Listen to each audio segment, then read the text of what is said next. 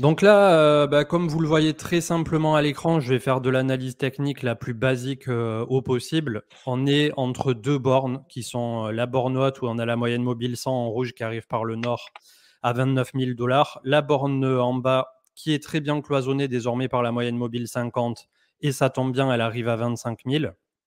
Les 25 000 qui sont un support de choix, puisque c'est la zone qui avait arrêté la maxi bougie de mai 2022. On avait retesté ici en août 2022 avant de s'en extraire autour de mars 2023. On l'a tapé une première fois ici en juin 2023 et plusieurs fois au cours de la fin d'été, automne 2023. Donc, comme vous l'aurez compris, un passage sous les 25 000, c'est la cata, ou en tout cas, c'est la porte ouverte vers 23 puis 20 000. Et si on veut repasser au-dessus, c'est désormais 28-29 pour espérer rallier les 30 à 32. Donc ça, je pense que c'est à peu près clair pour tout le monde. Au niveau du SP500, on a eu un beau rebond sur les 4200 plus, 4220. Donc le marché américain qui là aussi a bien corrigé après avoir fait une poussée qui était assez extraordinaire.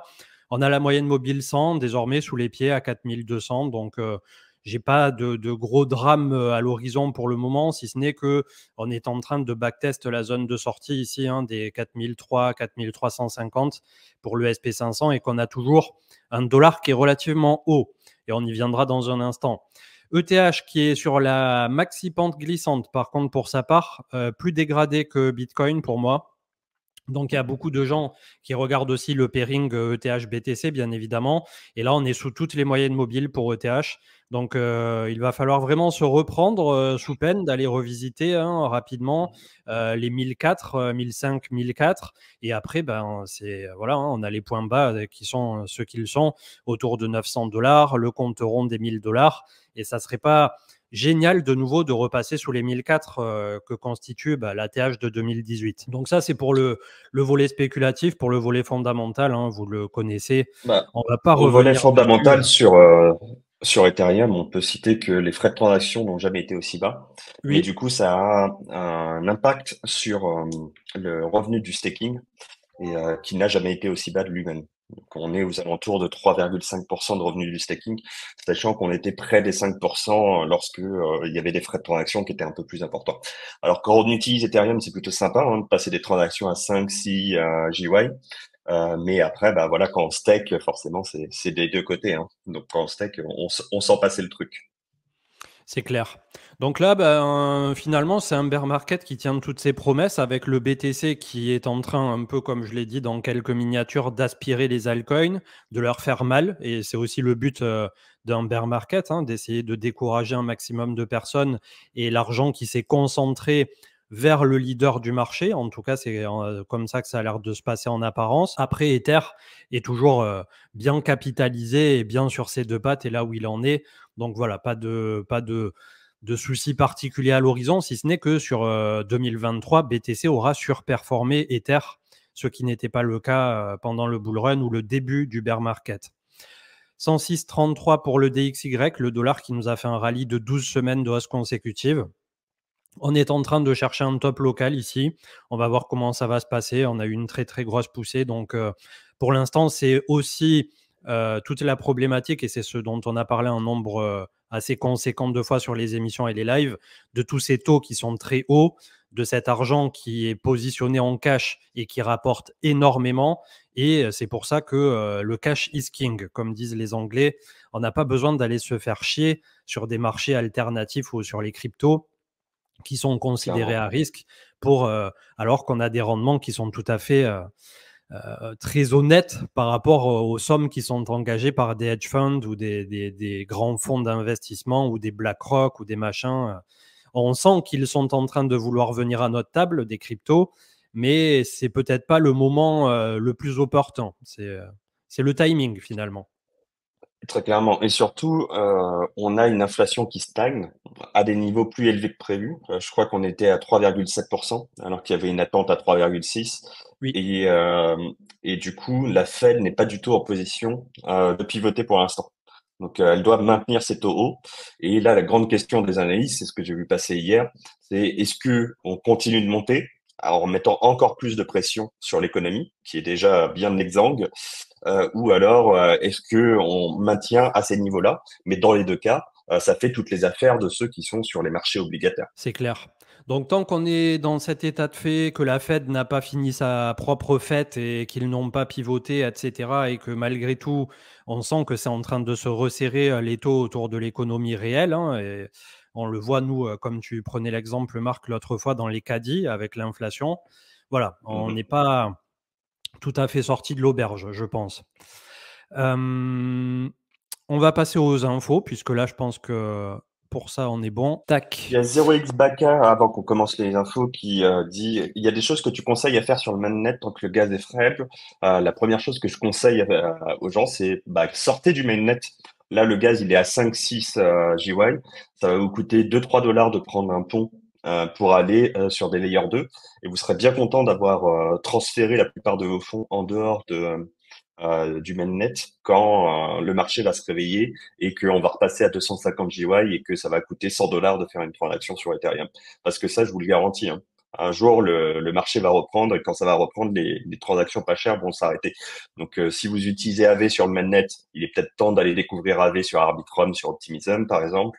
Si vous avez des fonds sur Uniswap, pareil, sur le mainnet, il est temps d'aller découvrir ailleurs. Et en fait, sur le layer 2, le gaz sera toujours plus accessible. C'est clair. D'ailleurs, en parlant de Layer 2, il y a Swissborg, c'est pas pour faire de la pub, mais ils viennent de Hmm. l'ajouter. Donc, vu qu'on est dans le sujet, j'en parle, qui ont ajouté Polygon pour retirer tout ce qui était Ether et tout ça, je crois. Et on est passé de 3-4 $ de retrait sur Ether à 0,50 ou 0,30 sur Polygon. Donc, voilà. Ouais. Clairement, hein, il n'y a pas d'intérêt particulier pour un petit portefeuille d'utiliser Ethereum aujourd'hui. Les layer 2, c'est fait pour ça. Donc, si vous avez moins de 10 000 $, moins de 50 000 $ dans la crypto, ce qui est déjà des très belles sommes, hein, on va pas se le cacher, il y a aucune raison de rester sur le mainnet. Donc, profitez surtout le dimanche matin, par exemple, où le gaz est vraiment pas cher, de cette occasion pour aller bouger ailleurs, quoi. Yes. On va reprendre les news donc dans l'ordre de partage et ça c'est un truc que j'avais partagé déjà, je l'ai retweeté hier, c'était Fonky de notre Discord qui a mesuré à chaque fois tous les intercycles, les halvings, les après-halvings, etc. Donc je ne vais pas le commenter plus que ça, mais c'est aussi pour vous donner une piste de réflexion de votre côté et je trouve ça plutôt intéressant. On avait Laros Trading qui nous parlait de LVMH qui est en train de revenir sur support et potentiellement de le casser. Et en gros, moi, ce qui m'intéressait autour de ça, c'était le fait que la bourse, c'est vraiment de la psychologie au final. Et quand on Mhm. était sur les tops locaux, je me souviens, il y avait tout le monde sur YouTube qui disait ça y est, j'achète LVMH, etc. Je pense que tu l'as vu passer toi aussi, Marc. Et Clairement. là, on a un retour à la réalité sur le luxe qui est assez brutal, quoi. Le truc, c'est qu'il y a eu beaucoup d'effets Covid sur ce type de truc, où les gens avaient mis un petit peu de sous de côté et se sont fait plaisir. Maintenant, on revient sur la taille d'une industrie qui est une bonne industrie, hein, et qui continue de fonctionner. Moi, je pense que LVMH, Kering, etc., ça reste des très belles boîtes. Mais est-ce que Bernard Arnault doit être l'homme le plus riche du monde? Je sais pas. Euh, et il a fait des très belles entreprises, et ses milliards, il les mérite. Alors, en tout cas, il en mérite certains. Mais, euh, mais voilà, il y a eu une surspéculation sur cet actif. Il est temps qu'il revienne à un prix un petit peu de consensus sur les marchés. Est-ce que ça veut dire qu'il faut vendre et que ça vaut zéro? La réponse est absolument non pour moi. Ça reste des belles entreprises. LVMH, c'est ce que disait Mounir lundi dernier. LVMH, c'est un index en lui-même du secteur du luxe, puisqu'ils ont acheté tellement de belles maisons que, au final, tu te retrouves exposé à beaucoup de noms qui sont pas mal, quoi. C'est clair. C'est clair. Et donc là, bah voilà, belle baisse sur LVMH à suivre au moment où tout le monde va commencer un peu, je suppose, à paniquer. Le BTC au niveau de la corrélation sur les risques assets qui finalement s'est décorrélé sur les derniers, on va dire sur la dernière année. On a vu aussi qu'il y avait eu un roulement qui s'est fait entre le SP500 et les cryptos, et notamment le CAC 40 qui avait été un peu avant-gardiste. Donc voilà, c'est aussi à prendre en considération. Il y a des moments où on est vraiment collé à ce que fait le SP500 et d'autres où il y a quelque chose Pas d'un du peu tout, plus. non. Je pense Pardon? qu'on est vraiment, je pense qu'on n'est pas du tout corrélé en ce moment parce que Ouais, il y a cette pression déjà sur le marché tradi, mais aussi cette pression, bah, en ce moment aux États-Unis, tout le monde parle de FTX, hein. On n'en a pas beaucoup parlé sur la chaîne parce qu'on fait pas vraiment, c'est pas vraiment l'objet de ce qu'on fait. Mais en ce moment, sur tout le marché américain, quand on parle des cryptos, on parle du procès de SBF qui a lieu en ce moment, qui est retransmis, etc. Donc en ce moment, les cryptos, c'est vraiment pas le truc sexy, hein. Et ouais, le deuxième truc que les mainstream médias parlent, je crois que c'était sur en front page de CNN aujourd'hui, si je dis pas de bêtises, je l'ai vu passer sur les réseaux sociaux, j'ai pas confirmé la véracité, donc ça se trouve c'est des conneries. Mais comment le Hamas se finance avec les crypto-monnaies, tu vois. Donc là c'est chaud quoi. C'est voilà, du côté mainstream ils nous aiment pas trop, hein. Alors que c'est des oui, conneries oui. hein, tout ça, mais bon c'est la vie, ça marche par cycle. Mm, mm. Ouais. Et donc, Asher qui nous faisait part du fait que Bybit coupera ses services aux nouveaux utilisateurs français à partir du 20 octobre, donc c'est dans à peine une semaine. Je crois que ça n'impactera pas les anciens clients, mais les nouveaux pourront pas ouvrir de nouveaux comptes. Donc là aussi, on sent que l'étau régulatoire est en train de se resserrer, hein, sur Bybit. Je ne sais pas Bah, s'ils avaient le PSAN, je crois pas, je sais plus. Bah, s'ils l'avaient pas, c'est normal qu'ils coupent les clients et ils auraient dû couper les clients il y a bien longtemps. Donc ils reviennent un petit peu dans le rang s'ils l'avaient pas. Mais dans tous les cas, le PSAN, tu sais, on est en train de vivre les derniers moments de ce statut-là, puisque MiCA est passé au niveau européen et en octobre 2024, tous les PSAN devront se conformer à la réglementation MiCA qui est un petit peu plus dure que le PSAN, sachant que les entreprises qui se lancent aujourd'hui depuis le mois de juillet de cette année doivent être ce qu'on appelle un PSAN renforcé. Donc avec quelques demandes en plus, c'est plus aussi facile, sachant que c'était pas si simple hein, de devenir un PSAN aujourd'hui. Et à partir d'octobre 2024, fin de partie, il faut être au niveau des exigences européennes. Ouais, et ça arrivera assez vite par rapport à bah, la date à laquelle nous sommes maintenant, quoi. 2024, Bah ça va être quand non, même assez ah non, costaud, hein. 12 mois exactement. Ouais, Ouais. ouais, ouais. Est-ce que tu te souviens de pèrenoël.fr? Est-ce que tu l'as connu à l'époque? Non, pas du tout. Moi, je me souviens de 01, je me souviens plus du numéro, mais du numéro du Père Noël qui passait à la télé, là, avec la petite Ouais. chanson, la pub. Mais pèrenoël.fr, non, j'ai jamais, Bah, vas-y, c'était qu'est-ce que c'est? Victor Nettoyeur parce que en fait, c'est consécutif à l'info qu'il y a juste en dessous. Je vais me remonter un PC et tout ça, peut-être pour streamer, peut-être juste pour jouer, je vais voir, j'utilise les 2, Mac et PC depuis toujours quasiment.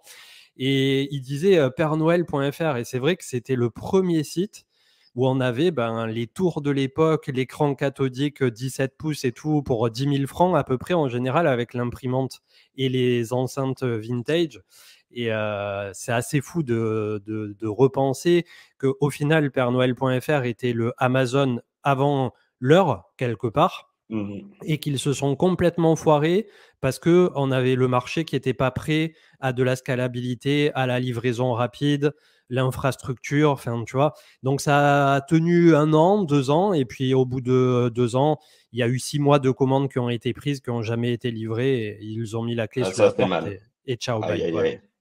Ouais, donc c'était voilà le petit retour en arrière. J'ai trouvé ça complètement fou parce que j'en avais oublié l'existence, mais voilà, complètement dingue. Cryptost, Bah, il y a c'est devenu un marché de fou, hein, maintenant, les PC gamers montés, etc. ouais, Il y a eu une telle inflation aussi. Aujourd'hui, si tu veux bah, c'est Capec qui est un peu plus spécialiste que nous hein, dans clairement. l'écosystème là-dessus. Et lui, il arrive quand même à trouver des setups à 1000, 1005 qui sont vraiment bons. Après, il s'y connaît, donc il est plus fort que nous. Mais si tu veux un PC vraiment high-end, maintenant, il faut cracher à 2, 3000, voire 5000 euros. Et Oui, la moitié de ça, c'est la carte graphique, quoi. C'est ouais. devenu complètement taré. C'est que il y a 10 ans, quand tu mettais 300 euros dans une carte graphique, tu étais déjà dans le top du top, quoi. Maintenant, il faut 1000, 1005, parfois 2000 euros pour avoir des cartes graphiques high-end. Donc c'est bizarre qu'il y ait eu une telle inflation. Ouais, les cartes graphiques, ça pique, hein. Les 4090, là, tu es à 2000 balles. Si c'est pas 2005, c'est complètement barge. Bon, après, il n'y a pas forcément besoin de ça pour jouer aussi, mais c'est vrai que le haut de gamme du haut de gamme, c'est Bah, devenu un peu clairement. compliqué, quoi. Moi, il y a une 3090 dans mon PC gamer, mais c'est clairement la moitié du prix, hein. Mais bon. Ouais. Donc Mais voilà. ça vieillit bien. Après, ça ira, quoi.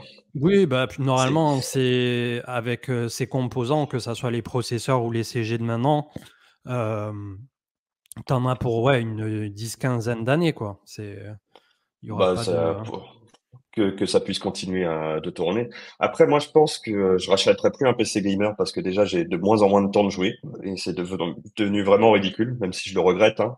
Euh, mais, euh, mais surtout, maintenant, tu as GeForce Now.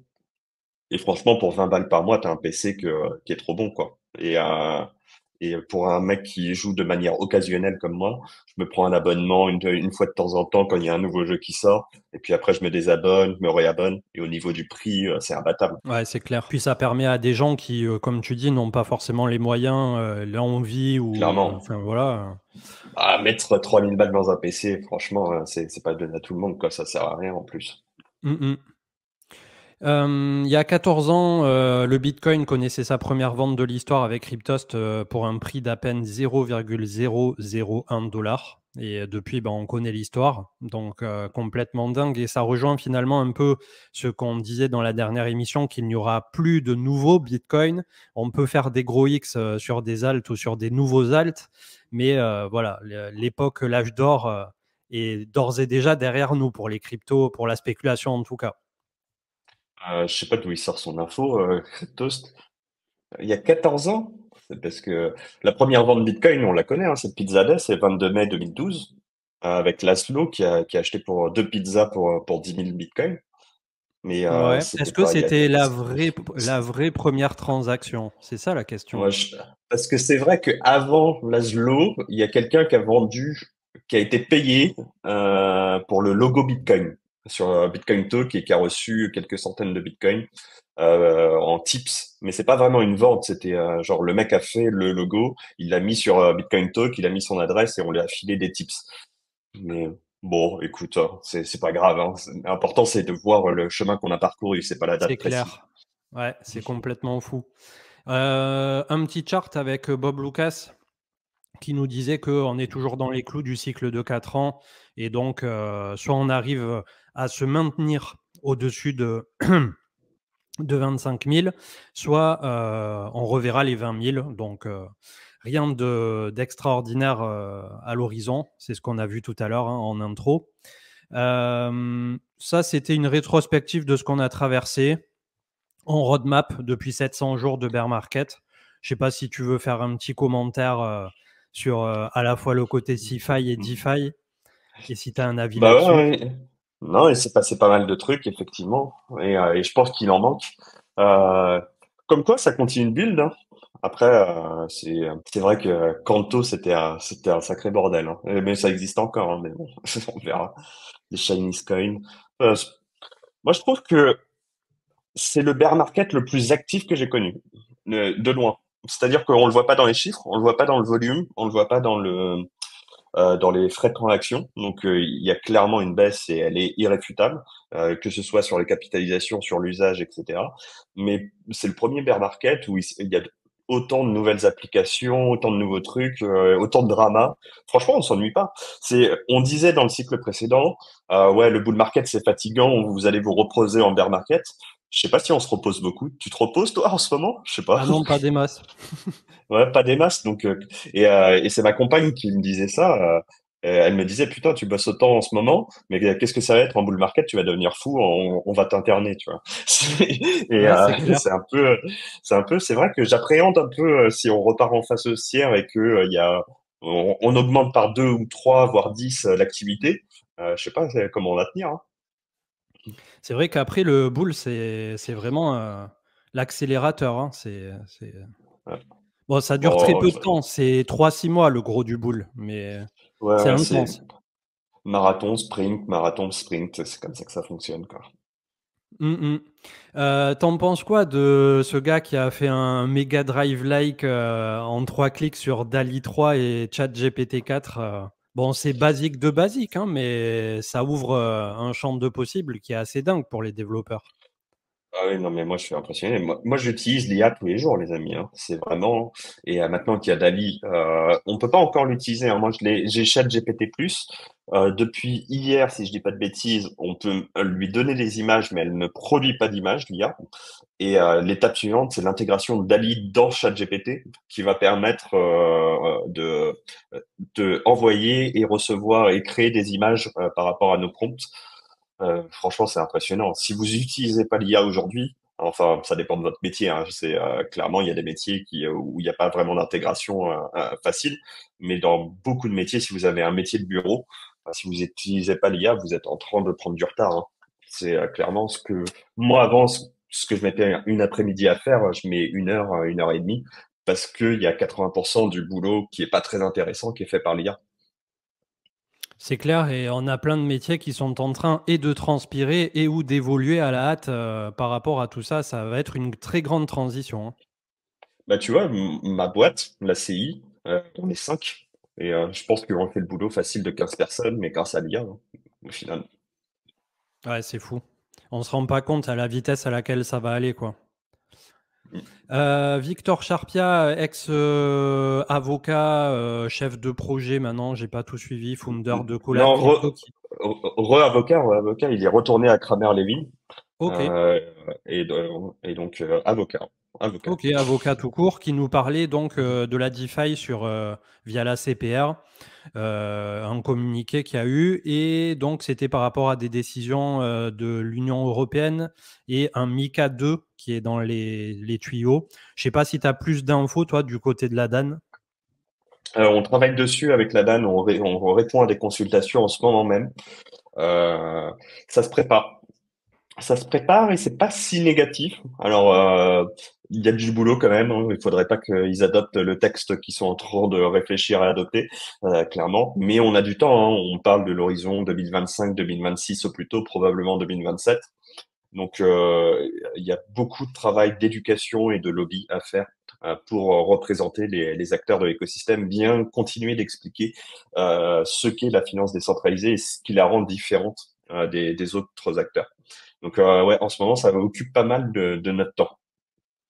Ouais, j'imagine. On avait Mon Pèlerin qui supporte le Go de AAV, donc GHO, le stablecoin pour ceux qui n'ont pas suivi. Mhm. Donc, d'après ce qu'ils disent, on peut en acheter directement, en swapper Oui, contre d'autres cryptos et cash out en 12 fiat dans 171 pays. Donc, bonne nouvelle pour le Go et pour les exactement. utilisateurs. Donc maintenant, officiellement, vous pouvez. Alors, ça n'a pas trop d'intérêt de le faire avec des petites sommes parce que ça reste Ethereum mainnet, mais sur le papier, vous pouvez déposer des Ethers ou des stake Ethers sur AV, minter du Go et l'envoyer directement à mon pèlerin pour les transformer en euros. Alors le Go est à 97,5 centimes, 98 centimes, donc c'est pas forcément le meilleur moment pour le faire. C'est quand même plus intéressant d'acheter du Go que d'en vendre en ce moment, puisqu'on est un petit peu en dessous des 1 dollar. Mais ça y est, ça devient une possibilité et ça fait partie de l'adoption du stablecoin, hein. Au fur et à mesure, euh, avec la croissance du Go, le Go va être adopté partout sur toutes les échanges décentralisés et centralisés, hein. Et c'est cool que mon pèlerin fasse partie des pionniers parce que ça fait longtemps qu'on travaille avec eux, quoi. Yes. On avait Cryptomage qui nous disait qu'il misait sur Starknet et Layer 0 pour les 2 prochains airdrops. Donc, pour les chasseurs d'airdrop, essayer de faire. J'ai vu qu'aussi, il y avait pas mal de gens qui parlaient de scroll ces jours-ci. Voilà, comme on dit souvent, Alors, là, c'est peut-être des petits devoirs à faire, en tout cas pour Starknet et Layer 0, d'avoir des interactions sur certains bridges, certains protocoles pour peut-être avoir quelque chose. Mais enfin, la problématique, c'est est-ce qu'il n'est pas déjà trop tard si c'était déjà dans les tuyaux au niveau du snapshot? Scroll, c'est trop tard, ça c'est sûr, parce que le mainnet, il arrive dans quelques jours là. Scroll, ça fait longtemps qu'on vous en a parlé, hein, dans l'émission, il y a plus de 6 mois, donc fallait faire ses devoirs à ce moment-là. Starkware, je pense qu'il y a encore une chance, bon, parce qu'on est loin de la sortie de voilà, et je pense qu'il y a encore une chance, mais comme ils ont levé à une valorisation qui est complètement folle, plus de 10 milliards de dollars, je suis pas sûr du truc du airdrop. Par contre, Layer 0, allez-y les amis, hein. Et allez-y, je pense que la fenêtre de tir, elle se resserre, mais je pense qu'il y a encore une chance.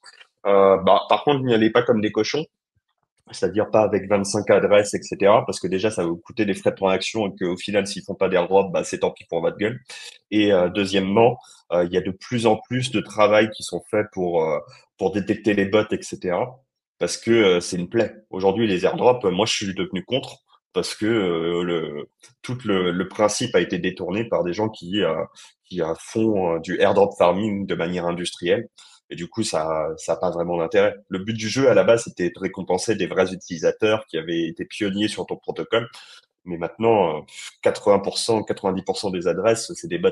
Donc, en tant que porteur de projet, t'as pas forcément envie de filer 90% de ton airdrop à des bots qui sont là que pour une chose, te dumper sur la gueule immédiatement, quoi. Ouais, c'est clair.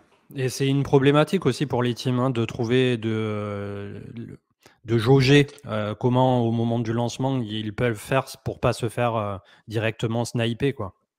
C'est pas évident. Aujourd'hui, c'est un très gros problème parce que en fait, si tu fais pas d'airdrop et si tu dis dès le premier jour qu'il n'y a pas un airdrop, t'as zéro utilisateur. Parce que le truc, c'est que 90% du volume, c'est les bots. Et le truc, c'est que malheureusement ou heureusement, les gens, ils regardent les chiffres. Et, euh, et donc, s'il n'y a pas un petit peu de promesse d'airdrop, etc., bah, tes chiffres, ils sont réels, c'est-à-dire que des utilisateurs réels, sauf que les utilisateurs réels, bah, c'est 10% de ce qui apparaît chez les autres, parce que les autres, ils ont aussi des utilisateurs réels, mais 90% de bots. Et du coup, bah, ça pose des problèmes. C'est un peu un équilibre précaire où, en fait, tout le monde perd. Et je trouve que c'est vraiment sous-optimal et c'est pas une bonne situation. Moi, je crois qu'on a créé quelque chose qui est vraiment pas terrible avec ces airdrops. C'est comme tout ce qui part d'une bonne intention, mais qui est pour des raisons de spéculation et de grid, se retrouve détourné de son projet initial, quoi. Ouais, c'est vrai. T'en as pensé quoi du Trésor Save 3 qui arrive, qui vient concurrencer un peu, bah, la mise à jour, un équivalent de NanoS chez Ledger? C'est bien d'avoir un trésor qui quand même vient un minimum Ah bah, concurrencer. enfin un peu d'innovation. Alors moi, je peux vous le dire, hein, j'ai toujours utilisé Ledger et je continue d'utiliser Ledger parce que c'est les meilleurs produits pour votre sécurité. Par contre, j'ai jamais caché mon aversion totale aux dirigeants de Ledger, surtout un. Je ne peux qu'applaudir un petit peu d'innovation et de concurrence. Maintenant, le Trésor 3 m'a pas convaincu. Il faudra que je regarde un petit peu plus loin. Mais le truc le plus important, c'est les Secure Elements et comment c'est géré. Et aujourd'hui, Ledger est imbattable là-dessus. Donc, c'est, je réserve mon jugement sur le Trader 3 avant d'y avoir fait un petit peu plus attention. Mais pour l'instant, je continue ma recommandation sur les produits Ledger.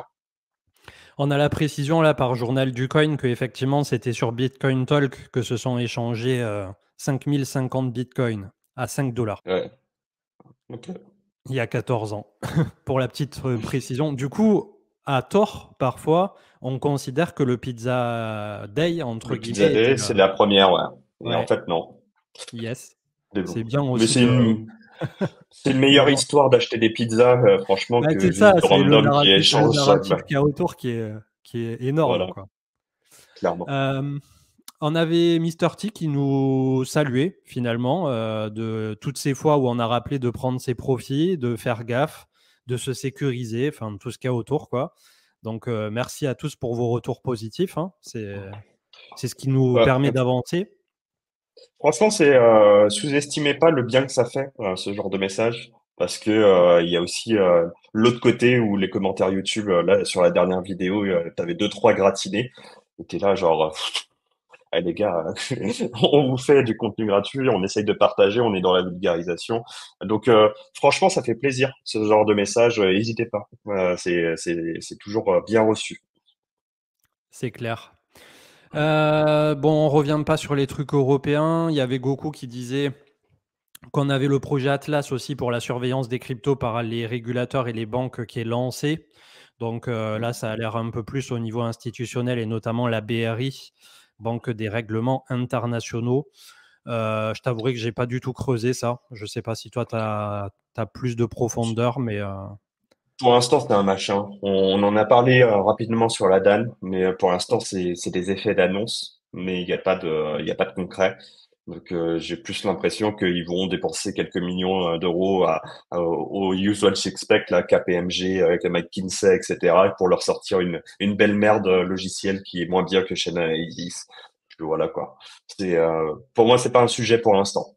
Ça le sera peut-être dans 2, 3 ans, Ouais, ouais, ouais. On a une mais dans tous fenêtre de les tir. cas, voilà, mais dans tous les cas, oui, tout ce que vous faites on-chain, les amis, enfin, la blockchain, c'est le pire système qui existe pour faire des transactions illégales. On est sur un registre public distribué.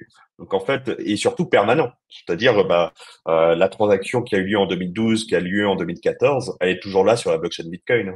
Donc au final, si vous faites quelque chose qui est illégal on-chain, le temps joue contre vous. Parce que les régulateurs, ils peuvent remonter sur cette transaction dans 2 ans, dans 3 ans, dans 30 ans, tu vois. Donc, c'est sûr qu'ils vont tout surveiller au final. Yep. Cube 3 avec la rentrée et je crois que c'est le 19 qui a le grand vrai lancement, donc par Valentin de mai, qui est, que je dise pas de bêtises parce qu'il avait occupé plusieurs postes chez Cryptost, mais le dernier en date, il devait être l'équivalent de chef de rédaction, quelque chose dans ces eaux-là. Et Mhm. donc, il a créé Cube 3, qui est un incubateur en G20, si je prononce bien Angevin, exactement. Angevin. Et voilà, je crois que d'ailleurs, tu es Je suis participant mentor. là-dedans. Exactement. J'ai avec plaisir que j'apporte mon soutien à cet incubateur en tant que mentor. Donc, je serai à la disposition dans le cadre de cette incubation un peu plus d'une dizaine de projets de startups, dont un membre de la communauté Cryptomatrix. Je sais pas s'il est annoncé officiellement, donc je vais rien dire. Mais en tout cas, voilà, c'est un membre et un des modérateurs de Cryptomatrix qui a lancé sa propre entreprise et qui a rejoint Cube3. Et donc, voilà, il serait en qualité de mentor. Malheureusement, le 19 octobre, pour l'inauguration, je ne serai pas présent parce que j'ai des rendez-vous qui sont pas bougeables, malheureusement. Mais je me rendrai régulièrement, du coup, à Angers pour soutenir l'écosystème local. Excellent. Bah, on suivra ça en direct, hein, bien évidemment. On terminera peut-être avec, je crois qu'on est en train de revenir là aux infos de la dernière fois. On va pas reparler des dramas de Twitter et tout ça, c'est pas intéressant. Et on pourra clôturer au niveau des news avec le feuilleton du moment SBF, des déclarations complètement lunaires, improbables, une ligne de défense inexistante et Caroline qui est en train de se répandre comme on n'aurait même pas pu l'espérer. C'est la ligne de Ah non, mais défense aussi de le charger à lui, hein, normal, mais on apprend ouais, des mais il est coupable. informations. Il est Ouais, mais on coupable. apprend de ces trucs, ça dépasse l'entendement et ça dépasse tout ce qu'on aurait pu s'imaginer, même dans les fantasmes Moi, là, je, ce coup-ci. Moi, je suis désolé, hein. De toute façon, le mal est fait, donc c'est pas. Moi, je suis pas dans la vengeance, etc. Mais c'est bien qu'il y ait une justice et que les gens apprennent les détails de ce qui s'est passé. Euh, mais si ce mec-là fait moins 30 ans de tôle, il y a un gros problème, hein. Parce que là, les charges sont accablantes. Tu vois, c'est crime sur crime sur crime. Et en fait, il y avait rien d'honnête, quoi.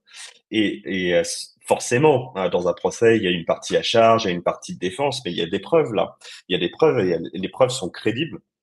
Et là, on est sur de l'escroquerie, mais totale. Et cette personne, à sa place, elle est en prison et elle est en prison pour très longtemps.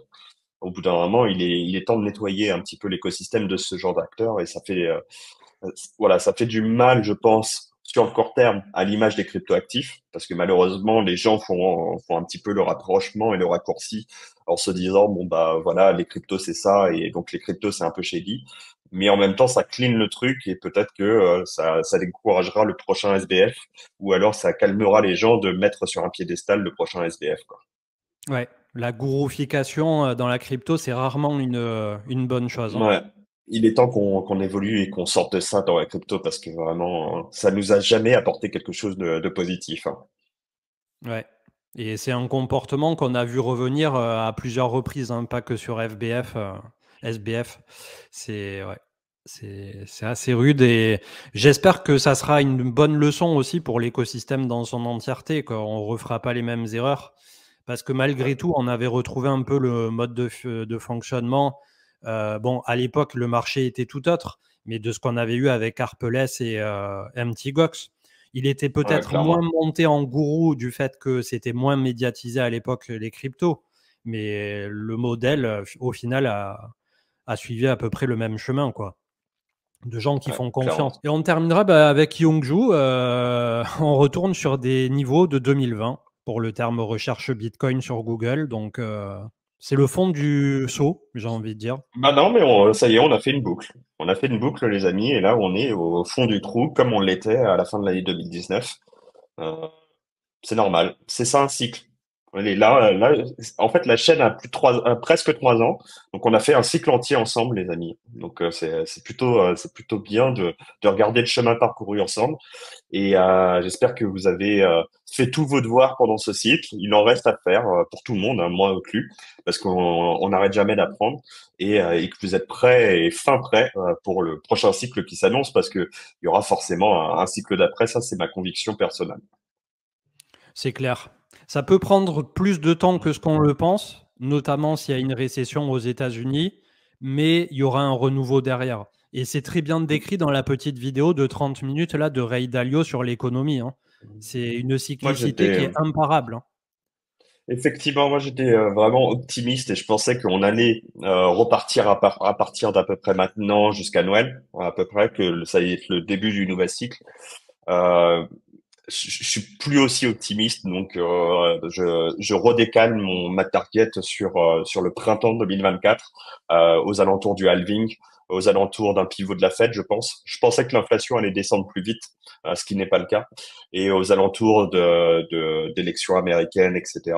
Je pense que le printemps 2024, c'est une bonne date pour un début d'un autre cycle, ce qui nous donne 6 mois encore de DCA et de devoirs, ce qui est pas mal au final, hein. Moi, je suis pas contre un 6 mois de plus de bear market comme ça me dérange pas personnellement. Ouais, ça permet de continuer, comme tu disais tout à l'heure, de construire, de faire ses devoirs. Et pour les personnes qui sont toujours là, là, on fait 450 personnes un matin sans annoncer quoi que ce soit. Je pense qu'il y Ah a oui, quand même encore quelques personnes qui sont dans ce dur-là de s'intéresser aux choses et d'être là au quotidien, d'essayer de comprendre. Et comme on dit souvent, au travers de la quotidienne du matin, d'améliorer une toute petite meilleure version de soi-même et de nos connaissances chaque jour qui passe. Je pense que ça fait une bonne outro. eh ben parfait. Merci beaucoup et on salue tous ceux qui nous regardent sur YouTube. Ciao, Yes, ciao. le replay sera disponible dans le temps de monter un quart d'heure, demi-heure sur YouTube. Très bonne journée à tous. Merci Marc, c'était au top. On a fait 3 quarts d'heure autour des news et on se retrouve dans les prochains jours pour la quotidienne habituelle. Ciao, ciao. Ciao, ciao.